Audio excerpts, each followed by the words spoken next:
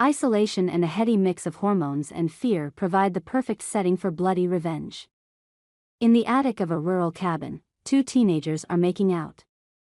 As things get hot and heavy, the camera tracks them with a voyeuristic gaze. Suddenly the young couple spring apart, caught in the act by an unseen interloper.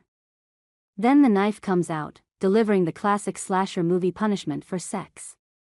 A minute later, both kids are dead. Even if you haven't seen it, this scene likely sounds familiar, as will the overall gist of Friday the 13th, which involves a group of summer camp counselors being picked off by a mysterious killer. It's a classic of the American slasher formula, a genre that took off after the demise of Hays Code censorship in 1968.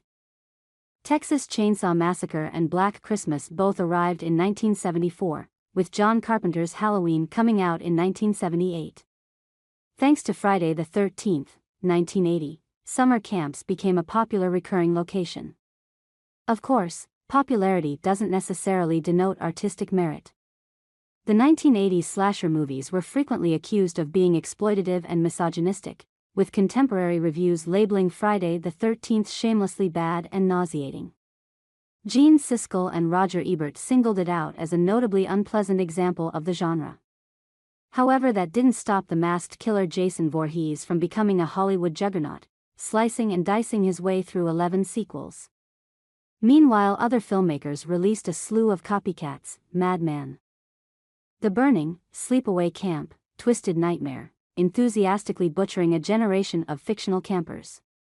As it turned out, summer camp embodied a perfect combination of ingredients for slasher cinema.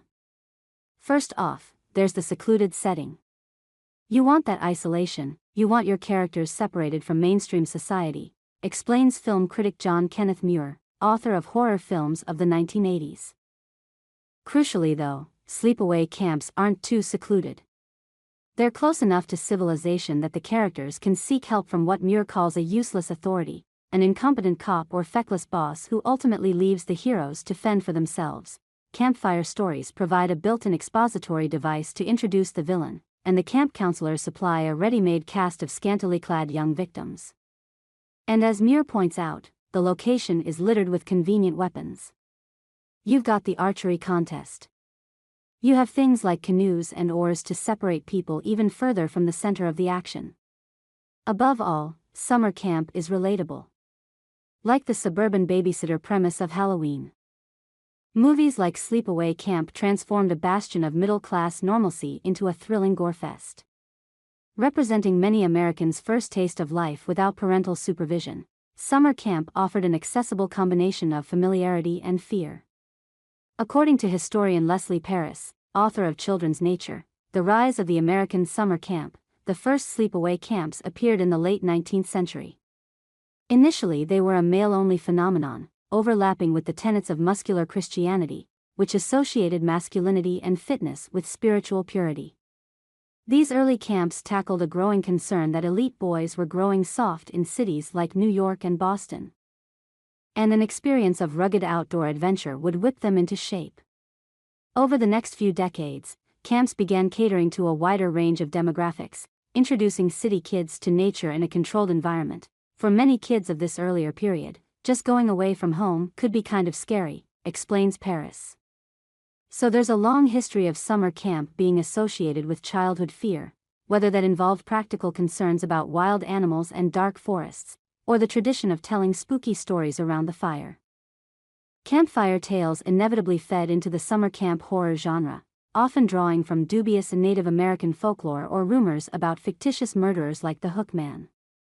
These stories had multiple purposes, says Paris. One was to build community and entertain the campers. But another may have been to make sure the kids didn't wander off into the woods on their own at night. With all that cultural backstory in place, it's no surprise that summer camp horror movies took off.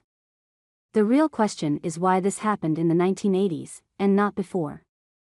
Even prior to the slasher era, summer camp should have been a shoo-in for other types of horror. Instead, earlier summer camp movies mostly focused on comedy and romance. Paris suggests that this reflected a shift in public attitudes, as the perception of summer camp shifted from wholesome outdoor fun to something more jaundiced.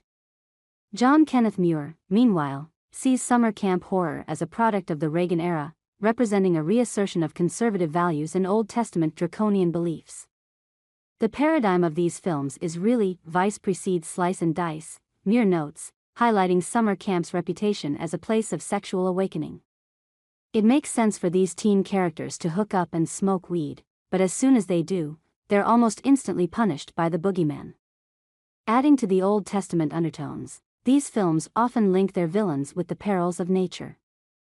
Muir argues that Friday the 13th is more sophisticated than its legacy suggests, introducing a world of Norman Rockwell Americana that's interrupted by a snake in the first act, establishing the idea of an unseen threat in this adolescent Garden of Eden.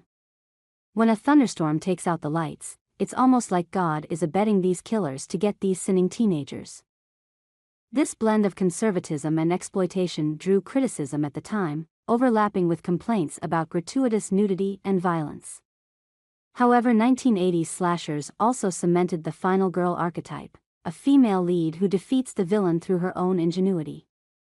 Later films used this as a springboard for more overtly feminist storytelling, and franchises like Scream and Halloween have evolved to reflect 21st century values. Weirdly though, the summer camp genre hasn't experienced a similar revitalization. Most recent examples are pretty obscure, overshadowed by A-list remixes of other classic tropes like evil nuns, rural axe murderers, and campus killers. There's also a suggestion that summer camp belongs in the past. With films like The Final Girls, 2015, and Fear Street 1978, 2021, embracing nostalgia in a vintage setting. So what happened to summer camp horror? This may sound like sacrilege to some, but perhaps we exhausted the genre back in the 80s. Even Friday the 13th didn't stick around for long, with later sequels transporting Jason to New York, and then to outer space, and to hell. Teenage campers could only sustain him for so long. Another possible explanation is that summer camp no longer feels inherently scary. Leaving home for a few weeks just isn't a big deal, and sleepaway camp has gone back to seeming quaint and childish. Young people in 2024 have different things to fear. Feel free to leave a comment below. Thank you for following. Don't forget to subscribe to the channel to stay updated with hot news every day.